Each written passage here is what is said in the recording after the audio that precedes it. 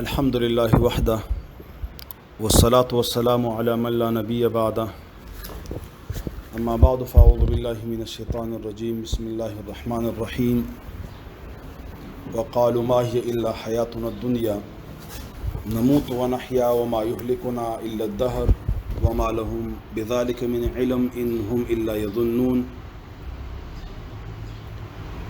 وقال النبي صلى الله عليه وسلم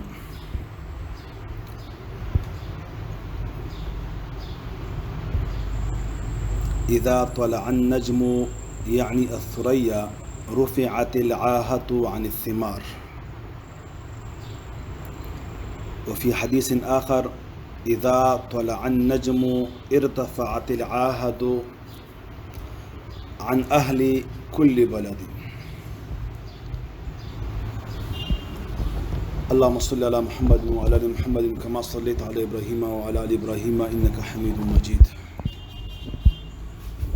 نن زه غواړم چې تاسو ته د یو څو خبرو وضاحت وکم.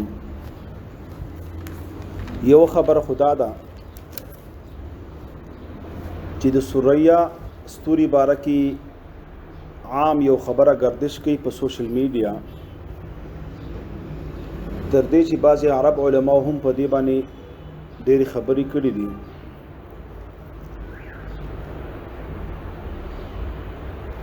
ثریا ستوره مشهوره دادا د مسند امام احمد یو حدیث را نقل شکی چې هغه تاسو ته ما ویلي،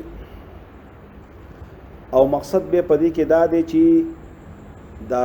چې کوم میش روانه ده د دې په 12 مای د ثریا ستوره راخیږي او دې سره به دا چې کوم موجوده وبا ده کرونا 19 وایرس دا به دې سره ختم شي. دې مسلې ډېر زور شور اخیسته، مختلف الفاظ سره په دې کې احادیث نقل دي.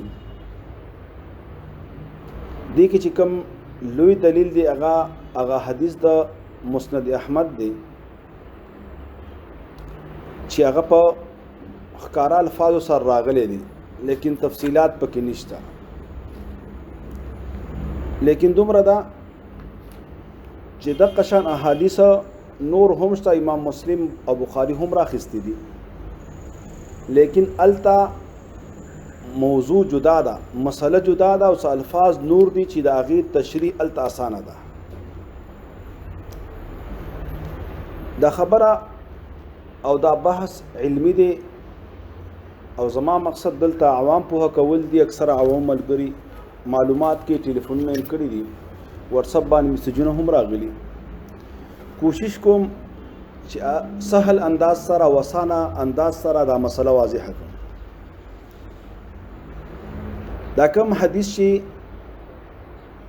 په مسند امام احمد کې نقل دی، بعض علماء دې ته ضعیف ویل دي، لکه امام البانی په خپل سلسلة الضعیف کی ذکر کړی دی الاحادیث الضعیفه، بعضی ورته حسن هم ویلې دی. بهر کیف د دې حدیث مقصد څه دی؟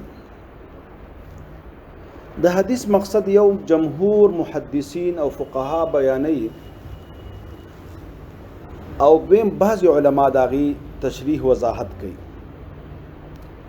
جمهور علما دا خبره کوي چې دا حدیث مقصد دا دی چې نبی پاک علیه الصلاۃ والسلام دا د میوو بارکی فرمایلی دی.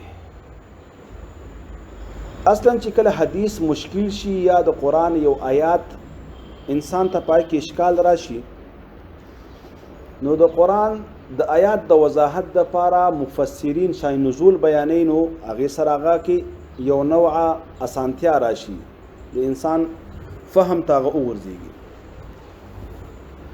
او په باب د حدیثو کې محدثین دا طریقه کوي چې شان ورود چې دا حدیث نبی پاک علیه الصلاۃ والسلام په کومه موقع لوستی دی، نو دې حدیث شان ورود دا دی چې فصلونه میوجات او باغونه به د کجورو خرڅولې شو مخکې د پخېدونه، بیا به په هغې باندې مرض راغی، هغه فصل د پخېدو او کاملېدو نه مخکې به ضایع شو، نو بایه او مشتري په منځ کې به تنازع پیدا شوه، جګړه به پیدا شوه. نبی پاک علیه السلام حکم وکړ چې تاسو د فصلونه، باغونه، میوجات، کجوري دا مه خرڅوئ تر څو چې پخې شوي دي. او بیا د علامې دپاره نبی پاک علیه السلام وفرمایل چې ثریا ستوری کله راوخیږي نو دا داسې وخت دی چې ګرمي شي او د ګرمایش د وجې نه دا میوې پخې شي، او چې کله پخې شي نو بیا د دې نه وروستو په دې کې د نقصان او د بیمارۍ او د مرض او طوفان وغیره سره د غورځېدو او د خرابېدو چې کوم اعتبار وي یا کوم خطره وي هغه کمیږي. عمومي طریقې سره بیا د فصلونه چې کله پاخه شي خرابېږي نه. نو نبی پاک علیه السلام لفظ د ثریا په دې حدیث مبارکه کې ولوسته. مقصد د نبی پاک علیه السلام دا دی، شارحین لیکي چې ثریا مطلب صرف علامه ده. مطلب دلته په پاکستان کې یا نورو منطقو کې ګرمي جون جولای سخته وي یا د یخنۍ یو خاص موسم وي، غنم لوکیږي، غنم پخیږي یا نورو میوو خپل وختونه حمل ثور جوزا افغانستان کې یا نورو منطقو کې، نو دغه شان په عربو کې د دې ستورو فهم ډیر زیات و او مسله به واضح کېدله د ستورو په ذریعې سره. او دې باره کې د قرآن نه هم بعضې مفسرینو څه شواهد لیکلي دي، د هغې تفصیل وروستو کوو انشاءالله. نو مقصد دلته دا چې علامه به دا وي د میوو د پخېدو چې کله د ثریا ستوري راوخیږي نو ګرمي زیاته شي، نو دغه وخت کې تاسو بیا میوې خرڅوئ، نو دا میوه به پخئ او دې کې به بیا یره د دې خبرې نه چې دا باغ خراب شي ضایع شي. لیکن په دې مقام کې جمهور فقها او محدثین یو طرف ته دي او بعضې علما چې په هغې کې دوه علما مشهور دي، یو سمعانی دی او بل مناوي دی. دوی دا لیکلي دي چې دا متعلق دي د عام امراض انسانیو پورې، چې عام امراض انسانی هغه د ثریا ستوري راختو سره رب العالمین لرې کوي او ختموي. ابن حجر عسقلاني دا خبره لیکلي چې دا ثریا ستوري راختو نه مخکې ډېر مرضونه راځي او بعض اوقاتو کې پریودو سره هم څه ناڅه امراض راځي، دې سره رب العالمین بیا هغه لرې کوي، هغه موسمي امراض چې ورته وایي. لیکن دلته دا خبره ډیره ضروري ده چې ستورو دپاره څه تاثیر نشته. لمر دی یا سپوږمۍ ده یا ستوري دي، دا د الله رب العزت د مخلوقاتو نه څه مخلوقات دي. یو حدیث کې راځي نبی پاک علیه السلام یو ورځ سحر وفرمایل باران شوی و، چې باران وشو څه کسان په دې باندې کافر شول او څه کسان پکې مؤمنان پاتې شول. کافر هغه شول چې مطرنا بنوع کذا و کذا، موږ باندې باران وشو کو فلان کې ستوري اوخاته یا فلان کې ستوري پریوته، نو ځکه دا باران وشو نو د باران نسبت ستورو طرف ته وکړه، خپل خالق حقیقي پرېښوده، د هغې د وجې نه هغوی د اسلام نه ووتل او کافران شول. او مسلمانانو ته عقیده ده که موږ باندې باران کېږي، که ګرمي راځي او که یخني راځي، که مرض راځي، که شفا راځي، دا ټول من جانب الله. نو دې حدیث کې صراحتا معلومیږي چې ستورو له څه تاثیر نشته. لیکن دومره ده دا مخکینی حدیث چې کوم دی چې فصلونو میوې افتونه لرې کېږي په ثریا سره، دی فقط علامه ده. لکه داسې څوک خبرو کې جون جولای لکه ګرمي د دې سره به غنم پاخه شوي لونو ته تیار دي، لحاظه که خرڅې نو سې خرڅولی شي، تیار پوخ شی دی، راکټ کول پکار دي.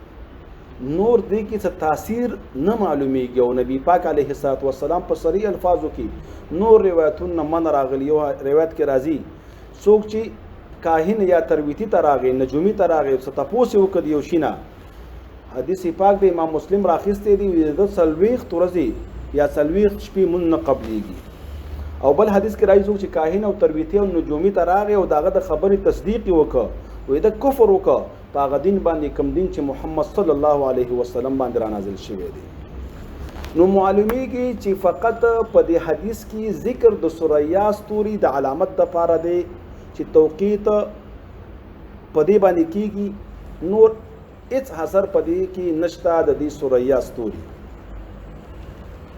رب العالمین فرمایي په قران کې وزینا السماء الدنيا بمصابيح وجعلناها رجوما للشياطين بل مقام کې فرمایي ان زينا السماء الدنيا بزينة الكواكب وحفظا من كل شيطان مارد بل مقام کې راځي الا من خطف الخطفه فاتبعه شهاب ثاقب امام قتاده چې مشهور مفسر دی اغلی کې چې د ستورو درې فائدې مونږ ته په قران کې رب العالمین ذکر کړی دي یو دا چې دا زینت دی د اسمان د پاره ان زینا السماء وزینا السماء دا دوه الفاظ په دوه آیاتونو کې راغلي دي دویم دا علائم دي لکه د دې آیات کریمه په اخره کې راځي وبالنجم هم يهتدون او دریم په دې باندې غسرکشه شیطانان چې اسمان تخیجو د ملائکو خبرو ته وکی دي هغه پی وشتل کیږي وحفظا من كل شیطان مارد او بل مقام کې راځي الا من خطف الخطف فاتبعه شهاب ثاقب لہذا ستورو کې نور فیدی یا نور تاثیرات لټول دا به مشرکانه طریقه وي او دا به عقیده د مشرکین وي د مسلمان با عقیده دا وي چې ارڅ اثر هغه الله سره دی خالق د خیر او شر خالق د باران او د کلی ارڅ الله سره دی دا خو د سوریا ستوري څه وضاحت شو خلاصه د خبرې دا ده چې کوم حدیث دی د شان ورود نه معلومیږي چې دا خاص دی فقط د میوو پوری او میوو کې یو علامه یو وخت نبی پاک خودلې چې دغه وخت ته پوری ګرمي شي او میوي پخې شي دینه پس دی کې نقصان راتلل کم وي لہذا خرڅول شي نو لانجا جګړه او خفقان به پکې نه راځي مشهور احادیث دي مونږ لست دي امام طحاوی او نور علماو علامه طیبی دي ډیر تشریحات کړي دي چې بیع بنه کې د میوو قبل مخکې د پخېدونه لیکن دا آفت او وبا پورې او یا خاصتا په دې دور کې 2020 کې دا د کرونا 19 پورې خاص کول چې 12 مای باندې به دا کرونا خاتمه وشي ختمه بشي نو نیک فعلی خو شریعت کې شته هغه به موږ ومنو تاثیر الله لره دی لیکن که الله مکا که چرته داسې اونشي او 12 مای باندې دا ختم نشو نن دا 2 مای دی نو بیا خو با کافرانو ته مشرکانو ته یو مکمل او شی په حدیث باندې باغوي کوته چته کی او منکرین حدیث اسی هم د حدیثو مخالفت کوي لہذا دا نظریه درست نه ده صحیح نظریه دا چې حدیث کې مقصد دا دی چې دا علامه ده دغه وخت چې په کوم وخت کې میوه پخېږي او فقط دویمه خبره ضروري ماده وګڼله 13 ورځ یو ریډیو کې یو انټرویو د بنيري صاحب سره د ډاکټر غامیدی صاحب او زمونږ د استاد محترم دکتور قبلایاس صاحب قبلایاس صاحب چې کومې خبرې وکړي هغه خو یو حده پورې ټیک وي لیکن غامیدی صاحب نه تپوس چې کله وکړه بنيري صاحب چې دا کوم افتونه راځي علما د دې باره کې دا خبره کوي چې دا د ګناهونو د وجې نه دي نو هغه ډېر په عجیبه انداز سره ویل چې نه دې سره د ګناه هیڅ تعلق نشته او دا راځي دا به حیايي ده دې سره هیڅ تعلق نشته که یو فوټ نسور اوچتي یا کمی دغه اوږده انټرویو ده الفاظ دي تاسو به اورېدلي که نه اورېدلي نو په ریډیو کې اوس هم شته غالبا ډیوه ریډیو نو د هغې باره کې ما دا آیات کریمه تاسو ته په ابتدا کې ولوسته رب العالمین فرمایي د سورة جاسیه آیات کریمه دی وقالوا ما هي الا حیاتنا الدنیا نموت ونحیا وما یهلکنا الا الدهر چې د زمانې افتونه دي هغه موږ هلاکوي نه د مسلمان عقیده رب العالمین خپل په قرآن کې ښودلې ده وما اصابکم من مصیبة فبما کسبت ایدیکم ویعفو عن کثیر کم مصیبت چې انسان ته رسیږي دا د هغه ګناهونو د وجه نه چې کوم د لاسونو په ګناه کې ککړ دي. بل مقام کې رب العالمین فرمایي ظهر الفساد فی البر والبحر بما کسبت ایدی الناس. په وچه او په دریاب کې چې کوم فسادونه ښکاره شوي دي هغه د انسانانو د بدو اعمالو د ګناهونو د وجه نه ظاهر شوي دي. او حدیث پاک هم دی اعمالکم عمالکم، ستاسو عملونه په تاسو باندې حاکمان دي، فیصله کوونکي دي. که اعمال درست دي نو بره نه بخي فیصلې راځي. مشران یو مثال بیانوي که ګل دی گزار که بره نو ګل بره باندې را گزار شي، او که کانې دی گزار که بره نو سر به دې مات شي او هغه به در باندې را گزار شي. نو دا حقیقت دی چې علما فرمایي دا کومه وبا کرونا وایرس یا نور طاعونونه چې راځي چې موږ د احادیثو ذخیرې ته وګورو یا د قرآن آیاتونو ته وګورو، دا زموږ د ګناهونو د وجه نه په موږ باندې راځي. بیا دې علاج هم په قرآن او سنت کې شته، هغه موږ بار بار بیان کړی. تیر جمعه هم د دې باندې موږ بیان کړو چې استغفار ویل پکار دي. وما كان الله معذبهم وهم مستغفرون. چې کوم قوم استغفار ډیر کی الله وی هغه باندې عذاب نه راولم. صدقه ورکول پکار دي. حدیث پاک دی الصدقه ترد البلاء. د قرآن تلاوت کول پکار دي ځکه سر نزول د رحمت کیږي او د واباګانې د الله عذاب دی. او حدیث دی نبی پاک علیه الصلاۃ والسلام فرمایي چې په عرش باندې رب العالمین لیکلی دي چې ان رحمتي سبقت غضبي. د الله رحمت د الله په غضب باندې سبقت کوونکی. نو چې کله په تلاوت د قرآن سره نزول د رحمت وشي نو غضب د الله او په دې سره ختم شي. نورم ډیر اعمال مونږه بیان کړیو، مختصره خبره کوو.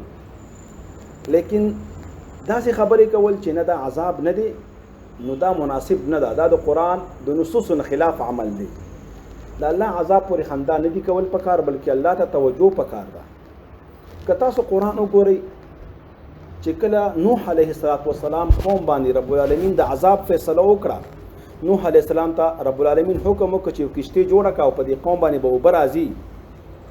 نوح علیه السلام یو طرف ته کشتۍ جوړوله، بل طرف ته قوم ته نصیحت هم کا او دعوت هم ورکاو چې راشي زما خبره ومنئ، د الله وحدانیت ومنئ، کامیاب بشي. عذاب را روان دی، عذاب نه به بچ شي چې کله تاسو زما خبره ومنئ. لیکن هغوی خنداګانې شروع کړې. نوح علیه السلام کشتۍ جوړه کړه، دعوت یې کاوه. عین موقع کې چې کله باران د بره ناوفاره تنور نه اوبه رالي، عذاب په شکل کې ډېرې زیاتې. نوح علیه السلام بیا هم خپل دعوت شروع کړی، لیکن قوم نه مني. مونږ ته یوه مکالمه رب العالمین ذکر کړی ده په قرآن کې چې خپل بچی سره گفتگو کوي، خبره کوي. ونادى نوح ابنه وكان في معزل يا بني اركب معنا. نوح علیه السلام आवाज وکړ خپل بچی ته چې ای بچیا راشه ما سره په کشتۍ کې سور شه. ونادى نوح ابنه وكان في معزل، هغه په یو طرف یو اړخ کې ولاړو. بچی را سور شه مونږ سره، ایمان والا ملګری شه او د کافرو ملګری مه کېږه، ولا تکن مع الکافرین. دلته نوح علیه السلام بچی مسلمان نو هغه څه جواب ورکوي؟ وی سآوي الی جبل یعصمنی، وی زه به لاړ شم د غر څوکې ته به وخیږم او د دې عذاب نه به بچ شم.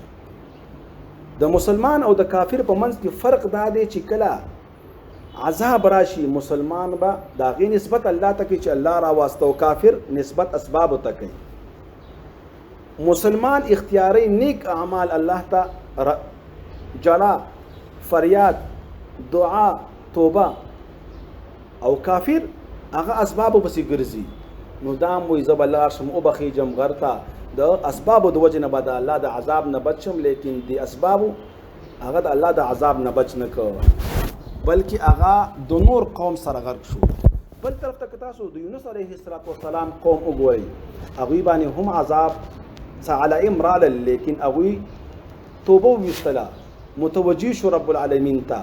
رب العالمین هغه عذاب د هغوی د فریاد او د توبې په سبب د هغوی نه رستو کو لرې کړه. نو مونږ ته هم پکار دی چې د عذاب راغلی دی متوجه شو رب العالمین ته، او مونږ خپل انفرادي اعمال درست کو. که هر څوک په کومه ګناه کې ملوث دی، که څوک دروغ وایي چې هغه د دروغو نه توبه وباسي، که څوک غیبت کې عادي وي هغه د دې نه وباسي، که چا تکبر کړي، که چا که مسلمان سره زیاتی کړي، که څوک په فیصلو کې رشوت علي یا حرام خوري کوي یا سود لین دین کوي یا په کاروبار کې وزن کې کمی کوي یا ملاوټ کوي یا نورو مسلمانانو سره په کومه طریقه چې تکلیف رسوي یا حرامو کارونو کې ملوث دی، فوراً د دې نه توبه و الله ته توجه، نو رب العالمین و د عذاب زمونږ نه دفع کړي او لرې به یې کړي. یو خبره چې ما 3-4 جمعې مخکې مې ابتدا کې دا تاسو ته بیان کړې وه، بعضې قصې د عبرت دپاره د انسان ذهن پې کولاویږي. زمونږ په دې قصه کې مقصد دی، قصه ته بیانوم و یو ځل وبا او طاعون یو علاقې ته روان و، وایي چا دې لاره کې تپوس وکړو چې چېرته روان یو؟ فلانکي علاقې ته ځمه. وایي څومره کسان به مړه کوې؟ وایي پوره 10,000 کسان به مړه کوو. وایي چې کله هغه علاقې ته وبا ورسېده، یو میاشت پس هغه وبا واپسۍ کې روانه ده، بیا دې لاره کې سړی تپوس کوي چې تا خو ویلې زه فلانکي علاقې ته ځم او 10,000 کسان مړه کوم، تا خو 50,000 مړه کړل دلته. وایي وبا ورته ویلې چې ما 10,000 مړه کړي چې کوم الله لیکلي زما په سبب باندې هغه 10,000 و، دا 40,000 چې کوم دي دا د یاري د وجې نه مړه شوي دي، دا ما نه دي مړه کړي. مقصد دلته دا و چې یره به داسې نه پهلاوې چې ته نیک اعمال پرېږدي، ځان ویروه. او دا مقصد هم دی د الله تعالی. او یو ځل په کوفه کې زلزله رااله، ابن عباس وفرمایل چې رب العالمین تاسو نه د توبې مطالبه کوي، توبه وباسئ. او حدیث پاک د نبی پاک علیه الصلاۃ والسلام حدیث پیش کړ، یخوف به عباده، په دې باندې رب العالمین خپل بندگان یری، ير وکي او تاسو يرم نه چې نیک اعمال پرېږدئ، اسباب باندې نظر وکئ، د مرګ نه ویریږئ، نه دا مه کوئ. کني چې کله انسان ویریږي ډېر زیات، نو بیا د قوت مدافعت کار پرېږدي، بیا هغه خپل چې کومه ډیوټي ده هغه نشي سر انجامولی. د هغې د وجې نه انسان زړه سکته وکړي او بیا دا ځای شي. زمونږ دا ایمان دی چې زمونږ مرګ مونږ ته الله لیکلی دی، لا یستقدمون ساعة ولا یستقدرون. او بل مقام کې رب العالمین فرمایي چې څه شی انسان ته رسیږي دا لیک شوی دی، قل لن یصیبنا الا ما کتب الله لنا. او حدیث پاک د انسانیت د پیدایش نه 50,000 کاله مخکې د انسان مرګ او ژوند او د رزق هر څه لیکلی شوي دي. په دې باندې زمونږ ایمان دی، یقین دی. الله ته توجه پکار ده. دا مختصری خبرې وي. خبره اوله د سوریا باره کې وه چې دا نظریه نه دي ساتل پکار چې 12 مای سره به دا ختم شي، نه الله راوستي الله به یې ختموي.